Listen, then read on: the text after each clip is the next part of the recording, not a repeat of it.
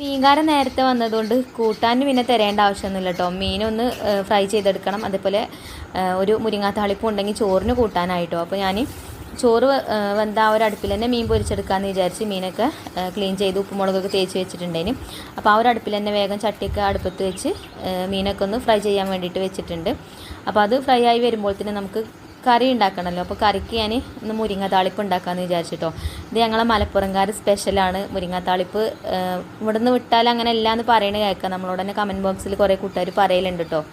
അങ്ങനെ രണ്ടിലും മുരിങ്ങി കൊടിച്ച് അവിടെ തന്നെ നല്ലോണം ഒന്ന് കുടഞ്ഞെടുത്തിട്ടുണ്ട് കേട്ടോ. ചെറിയ പുഴുക്കളോ എന്തെങ്കിലും പ്രാണികളുണ്ടെങ്കിൽ പോയിക്കോട്ടെ എന്ന് വിചാരിച്ചിട്ട്. പിന്നെ കുറച്ച് കാന്താരി മുളകും അവിടെ നിന്ന് പറിച്ചെടുത്തിട്ടുണ്ട്. ഒരു കാന്താരി ചെടി ഉണ്ട് കേട്ടോ നമുക്ക്.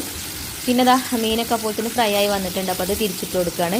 നമ്മൾ ഈ ഒരു മീൻ ഫ്രൈ ചെയ്തെടുക്കുന്ന ചട്ടി ഉണ്ടല്ലോ, അത് നമുക്ക് ഇൻഡസ് വാലിയിൽ നിന്ന് റിവ്യൂ ചെയ്യാൻ വേണ്ടിയിട്ട് കിട്ടിയിട്ടുണ്ട്. അതിൻ്റെ ചട്ടിയാണ് കേട്ടോ, നല്ല ചട്ടിയാണ്. ഇതിൻ്റെ ലിങ്ക് വേണമെങ്കിൽ ഞാൻ ഡിസ്ക്രിപ്ഷൻ ബോക്സിൽ കൊടുക്കാം, അല്ലെങ്കിൽ കമൻറ്റ് ബോക്സിൽ പിൻ ചെയ്ത് വെക്കാം കേട്ടോ.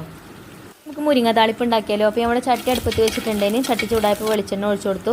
വെളിച്ചെണ്ണയിലേക്ക് ചെറിയ ഉള്ളി അതേപോലെ തന്നെ വെളുത്തുള്ളി ചെറുതാക്കി അരിഞ്ഞിട്ടൊന്ന് ചേർത്ത് മൂപ്പിച്ചെടുത്തിട്ടുണ്ട്. പിന്നെ കാന്താരി മുളക് ചെറുതാക്കി അരിഞ്ഞതും ചേർത്ത് കൊടുത്തു കേട്ടോ. അത് മൂത്ത് വന്നതിന് ശേഷം നമ്മൾ ഊരി വെച്ചിട്ടുണ്ട് അതിന് മുരിങ്ങ ചേർത്തിട്ട് നല്ലോണം ഒന്ന് വഴറ്റി കൊടുത്തു.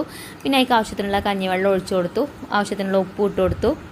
പിന്നെ കറി ഒന്ന് തിളച്ചപ്പോൾ തന്നെ നമുക്ക് ഫ്ലെയിം ഓഫാക്കി കൊടുക്കാം. കൂടുതൽ സമയം തിളപ്പിച്ചെടുത്താൽ മുരിങ്ങ കഴിക്കൂട്ടോ. അപ്പോൾ നമ്മുടെ ചോറും കൂട്ടാനൊക്കെ റെഡിയായി.